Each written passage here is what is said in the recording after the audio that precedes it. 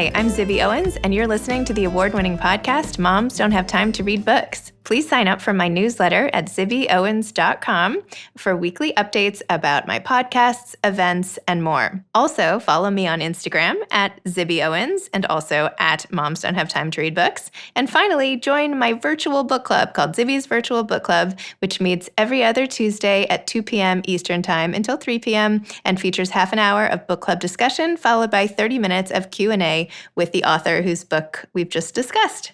You can sign up on my website, zibbyowens.com, under the virtual book club section, or even on Instagram under the link in my bio. I hope you'll find me in all these different channels and enjoy this podcast. The sponsor for this whole Labor Day Book Blast week is firstbook.org. Obviously, the pandemic is crippling education for millions of students, especially those in low-income communities. The widening digital divide and extended quote-unquote summer slide due to COVID is devastating. Apparently, 40% lack access to reliable internet and functioning digital devices they can use for online learning, making the need for physical books and resources to prevent further educational backsliding absolutely critical. First Book breaks down the barriers to education for children living in low-income communities by providing its network of more than 475,000 educators serving children in need with free and affordable new high-quality books, educational resources, and basic needs items through the award-winning First Book Marketplace nonprofit e-commerce site. They need your support to ensure these children have what they need to learn during this critical time. Visit firstbook.org to help. I had such a nice time talking to Kat Deeley, who's the author of children's book, The Joy in You. She herself is the proud mama of 2 boys. Since 2006, she has been the host of So You Think You Can Dance, which has earned her 5 Primetime Emmy nominations. She's also UNICEF UK ambassador. From 1998 to 2002, she hosted the children's program SMTV Live and its spin-off chart show CD UK. In 2001, she won a BAFTA Children's Award for hosting SMTV Live. She's an English television presenter, model, actress, journalist, producer, dancer, singer, and media personality. And I had the best time chatting with her. Yay, I did it! How are you? God, hello. Hi, how's it going? I'm good. How are you doing? I'm good, thank you. Thanks for doing this podcast with me. Oh my God, you're more than welcome. Absolutely. Look are those all your books? Yes, these are part of my books. They go all the way up and over, and yeah. But you've more in the closet. You've color coded them. Yes, I have. Oh, that's very, very, very organized. I'm slightly jealous of your organizational skills. I must say I didn't do it all myself. My husband my husband and his business partner and his girlfriend, they were here for July 4th weekend. And I was in the process of redoing the whole thing. And they're like, let's all do it together. So everybody was here picking up books and, it was a team effort. Love it. I hope you served margaritas or something like that, or did something to get it done faster. We did. We had a proper celebration. So good. Not to worry. Good. How you doing? Good. Thanks so much for coming on Moms Don't Have Time to Read Books. Your children's book is so precious. I love it. The Joy in You. It is so adorable and just heartfelt. And oh my gosh, congratulations on the children's book. Yeah, it was always an ambition of mine to write a book. I loved English literature at school and I had the most amazing teacher. And if I had have gone to university and life hadn't taken the turns that it did, I probably would have studied English literature at university. So it was always something that was in the back of my mind. And I'd love to write more, actually. And then I had my boys, Milo and James. Milo, who's 4, James, who is 2. And like any other mum, by the time it reaches the end of the day, I am frazzled, worn out, tired, completely inarticulate. I can't really string a sentence together. And I know what I want to say, but I can't actually get it out. And so the idea behind the book was, if I could say everything that I wanted to say to them in the most eloquent way possible. So have all the thoughts and feelings and emotions and ideas and moments, and then top and tail it with love. That was essentially what I was trying to create, and have a book that you could talk about and you could discuss, and it would open up conversations between you and your child too. Because I think it's so important to engage with them, and any ideas that they have or thoughts that they have, actually talk to them and be as honest as possible, obviously within what's appropriate for their age and things like that. But how I find my own boys anyway is that they are very resilient. They can cope with anything as long as you tell them the truth and you're honest with them. The minute you aren't, or you hide things, or it's the unknown that scares them, I think, children. That suddenly becomes the bogeyman under the bed. So the more you can, and they get the vibe from you too when you're doing that, I think. So the more we can be open and honest and engage in conversations about our kids, whether that's about emotions or life or situations or whatever they are, I think the more it gives them the chance to be able to be empathetic when they get older, and also reach their full potential as an adult too. That's what you want. I mean, essentially we all, doesn't matter where you come from or what your background is, you want your children to be happy and kind. In the most simplistic, we all want the same thing, happy and kind. That's what we want. And we want them to be able to empathize with other people, because I think that will create a better world than what we're living in right now. And I think everybody wants the same. When I first started doing the book, it was actually just going to be about boys to begin with. And then I started playing with ideas and talking to Random House, and they were like, well, this is silly. It doesn't matter who you are or what your gender is. These are like big ideas that everybody should kind of talk about, really. I couldn't agree more. I have 4 kids of my own. They're a little older, 5 to 13, but yes, happy and kind. Oh. Yeah, 4. Yeah. So I'm well versed in the children's book world and I'm very reliant on them and grateful to great children's books like you. At the end of the day, I'm a mess. So when I find a book that both I want to read and they say like, oh, read it again, and I don't mind, then that's like amazing. So totally. And we've all, I think it's so weird as parents, we've all got those books that touch us as well. Like that was the other thing as well. I wanted to write something that I loved reading, in all of those great, the Giving Tree and The Wonderful Things You Will Be, and all of those type of books. How Much Do I Love You? I'm a weepy mess by the end of days. I pull it out and they're like, read this one. I'm like, oh no, this is the one that makes me cry. And they're like, really? Let's try. And I'm like, no, every time I read this book, I cry. And then I cry. And they like can't believe that a simple book can like elicit the same huge reaction every time, even though I know it's coming. I know. And you know exactly what's happening. But I think that is a really important thing for children to see too. I was not a big crier. I was not hugely emotional actually before I had my babies. It's this weird thing where there is how they say the day your baby's born, the mom is born too. And there's a definite, almost palpable switch that happens to you, I think. Yep. And it's definitely changed me, but in ways that I actually really like. It's definitely made me much more patient and actually much more loving towards other people as well. It's interesting how much it changes you.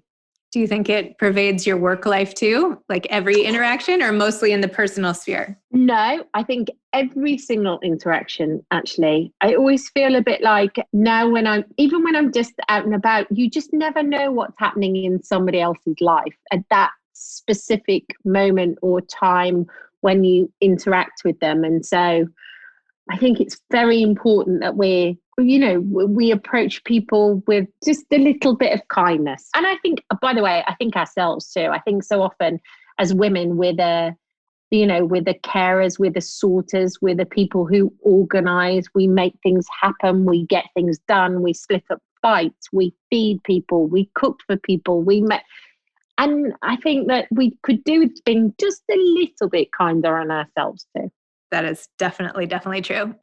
Yeah. I mean, sometimes I juggle and I'm like, oh my goodness, what have I done with my day today? And you think about it and you're like, oh, we should be running this country. I know sometimes though, at the end of the day, I'm like, oh, I didn't spend enough time with this kid or that kid, or like, what did I really get done on my list to do? And I didn't do enough of this. And I don't know. I feel like you can easily have those metrics not live up to your expectations. So it's a matter, I think, of picking the right ones. Agreed. And I think the kinder you are to yourself, actually, the more you get done. And whatever your moment is, for me, I love yoga. That's my thing where I move my body. I would probably have the body of a 76-year-old. I'm very stiff. I'm not flexible at all. I've been doing yoga for 25 years and still I'm just like a regular person. I'm not like Madonna or anything like that. But it makes me feel good. It makes my body feel good. It reminds me to breathe. And it just gives my head a bit of space. And whether yours is shopping, reading a book, watching a movie, praying, meditating, whatever you want to do, you find your thing. And even if you take 20 minutes when you need to, take 20 minutes.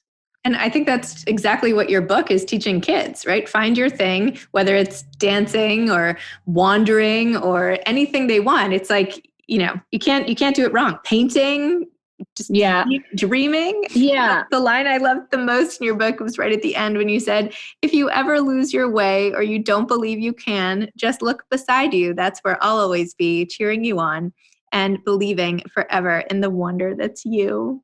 That's so I know. sweet. I love that. Don't even. And it's even better when James sits on my lap and he calls himself Jamesy. And I said, who's that? And he's like, Jamesy. And he's like, who's that? And I'm like, Mama. Oh, I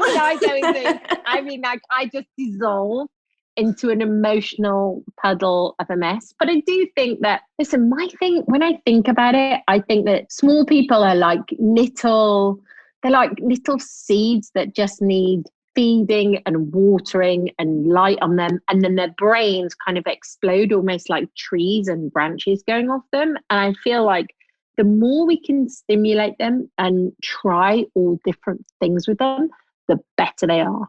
Because either they'll find something that they really do love or they won't. But that's a life skill that they'll learn too. Learning to cope with something A, you're not very good at, or B, you don't really like. That's perfectly okay as well. But I just always think, like, what if Stevie Wonder had never played the piano? Like, what if Tiger Woods had never picked up a set of golf clubs? What if Picasso had never picked up?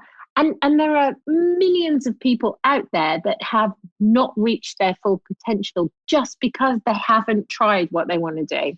That's why sometimes I'm like, what if I was supposed to be the most amazing sculptor, but I still have not tried to do sculpt? Like, what if? How would I know? No, totally. Or knitting or something.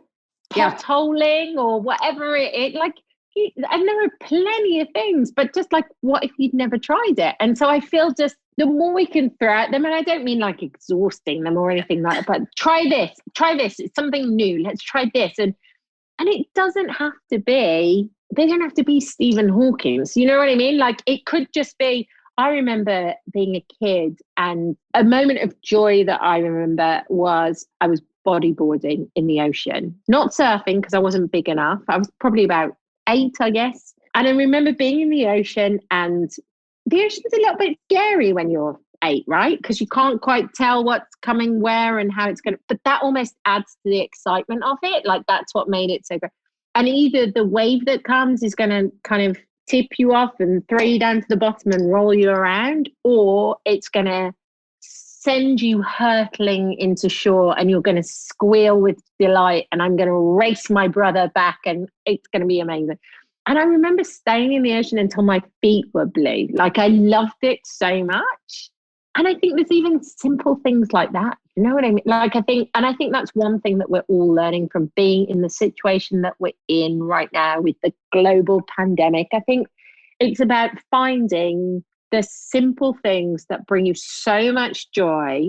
And it doesn't have to be, you can learn a new language, or you can learn a musical instrument, or you could, or whatever you want. But it can be as simple as making the perfect cup of coffee, or going to the ocean, or whatever, making the perfect Victoria sponge cake, whatever it is, like there are so many lovely things that you can do. And it doesn't have to be brain surgery. It can be small and just, but really scrumptious at the same time. Totally agree with that. So how did you find, I mean, I think people who might not know you would argue that you did find your thing, right? You've been like a host of a major TV show. You've gotten all these primetime Emmy nominations, and you're, by any objective standards, you're like a success at work, right? You like have that. So how did you find that? Like, how did you figure out like, oh, I would be such a good host for a reality TV, like dance competition show? Do you know what I mean? I mean, I know like, what if other people would be really good at that? How would they even know? And I do get what you mean. And it was never that specific. So when I was little, you have those books when you were little where you have to write what you want to be and how tall you are and then you do different pages. So it said, what do you want to be when you grow up? And I said, I wanted to be Julie Andrews. That was what I wrote at 8. Unfortunately, Julie Andrews has Julie Andrews covered. Needed to work that out. Julie Andrews. So that was kind of what I wanted to do. And then I was quite academic at school. I quite enjoyed school. I liked studying and stuff. But because I did have someone ask me a question of like, well, you're so lucky and you do what you do and you're so... but I grew up in a very small town from working class parents who, entertainment wasn't the family business. There is no reason on earth why I should be doing what I'm doing, apart from the fact that I really like people. And I don't care whether you're Beyonce or Meryl Streep. I just like people. And so I love chatting to people. It's my thing. I like working out how they tick. I like conversations. I like how it's formed their life and where they've gone and how their journeys happen. I mean, that's part of the reason why I love the dance show too. I mean, some of the stories you hear, you would think, oh my goodness, that would be enough to crush the human spirit. And yet somehow these kids not only survive and thrive and move on with their lives, but they also channel the negativity and spin it around and make it positive. And they put it all into doing this thing that they love, that they have this amazing talent for, that they have to, don't get me wrong, they have to train and they work and they do all that. But so I think that you can find it. You don't necessarily have to be, born into it, and it's what I said. I come from, there is no reason why I should be doing what I'm doing, but I am. And you know what? There will always be people who are doing better than me and driving Rolls Royces, and that's fine too. You know what I mean? Who wants a Rolls Royce anyway? I mean, exactly, unless you're going to drive it into a swimming pool. Yeah. Okay. Then that would be fun. A music video or something. But yeah. That would be fun. Oh, that's amazing. Well, do you have any advice to aspiring authors, particularly people trying to write a children's book? Oh my goodness. No, it would just, I don't have any. This is my very first one and I don't know. I would love to write more, actually. A bit, maybe a little bit older next time. I have an idea for another book that's based on a little girl who's a tomboy. And then I also have a very dark one, which is to do with babies and baby monitors, which is a bit Gone Girl, but I'm not going there yet. But I have that idea too. But I love my next book that I've got to read is Normal People. Have you read that? I haven't read it yet. I'm embarrassed to say that I have not read it, but I have watched the show. And? So good. See, I don't want to watch the show until I've read the book. Yeah. So I'm going to read the book first. The show is sitting there, waiting to go for me, but I want to read the book. I'm always book first, then show, because otherwise you can't. I know. I usually am too, but my husband wanted to watch the show, so I was like, I'd rather do something with him. Fine. Let's blame him. I'm going to blame him. Yes. What's his name? I've had the book for a very long time and I'm embarrassed that I'm the only one in the world who hasn't read it. So I haven't either though. What's his name? What's your husband's name? His name's Kyle. Right, blame Kyle. Yeah. Let's name check him and blame him. Yes. I blame him for everything. Yeah. Well, did it take a long time for you to write the children's book, or did you just sort of like pound it out in one day, or what was it like? No, there was lots of backwards and forwards. There's lots of backwards and forwards. And sometimes I also disappear down a hole a little bit where I got an idea. But for instance, there's a line in the book which is dream as big as a night full of stars. And I started to then research what the biggest thing in the universe is. And it's called like the Borealis, blah, blah, blah, blah. And I disappeared down this hole, and Random House said to me, you do know you could just say a night full of stars and that would bring you back to where you started to begin with, but you disappeared into the abyss of the most enormous thing on the universe. I was like, yeah, fine. You just need to you know what it is? It's that thing of there's so much backwards and forwards because sometimes you need to be accountable to people as well. And I think it always helps to get people's opinions too, because you think that writing a children's book is so easy, but there's so many layers to it, and what you're trying to say and how you want to say it and where we're going next. It's quite tricky, but it was a lovely, lovely experience too. Lovely experience.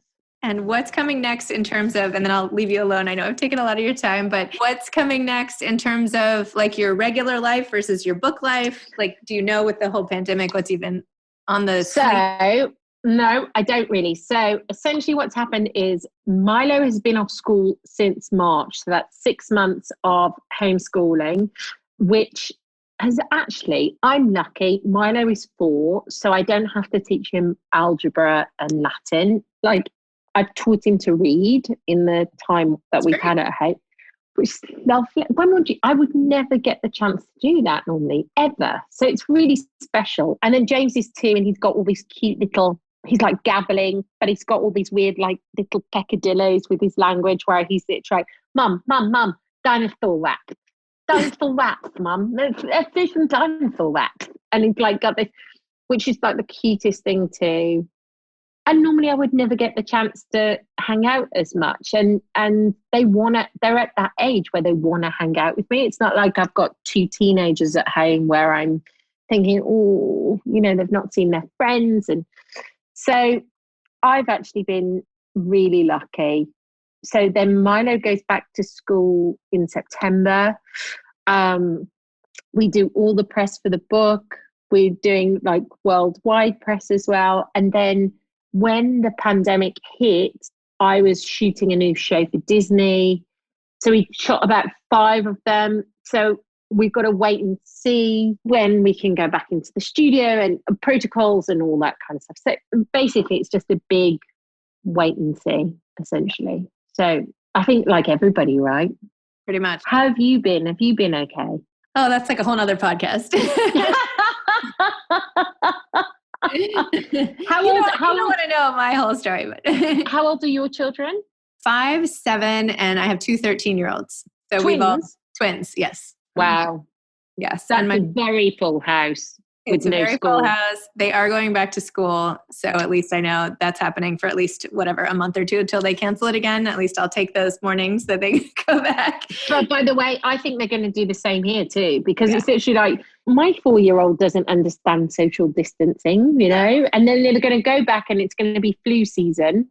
They're all going to get runny noses. We got our flu shots today, actually, because our pediatrician was like, getting COVID and the flu, forget about it. So anyway, got our flu shots done, you know, but yeah, I am not overly optimistic about the school year, but at least, you know, at least for a little bit. But anyway, but like you, I love talking to people and finding out what makes people tick. And so I'm glad to have been able to do that with you and get to know you better and all the rest. So thank you so much for all of your time. Lovely to talk to you too. Thank you so much. Lovely to chat to you. Right. I'm so jealous of your books on your wall. Oh, well, you know, just invite some friends over. Invite some friends and, you'll get it done in no time. Thank you. Thanks, Kat. I wish you all the best. Bye-bye. Bye, darling. Stay safe. Thanks, you too. Bye-bye. Bye. Thanks so much to firstbook.org for sponsoring this Labor Day book blast. Please consider giving to firstbook.org to help their network of 475,000 educators serving children in need. Thanks for listening to this episode of Moms Don't Have Time to Read Books. Don't forget to follow me on Instagram at Zibby Owens and at Moms Don't Have Time to Read Books. Also sign up for my newsletter at zibbyowens.com and sign up for my virtual book club and meet lots of authors on Zoom every other week. Thanks so much to Steve and Ryan at Texture Sound for the sound editing. And thank you to Morning Moon Productions for providing this fantastic intro and outro music.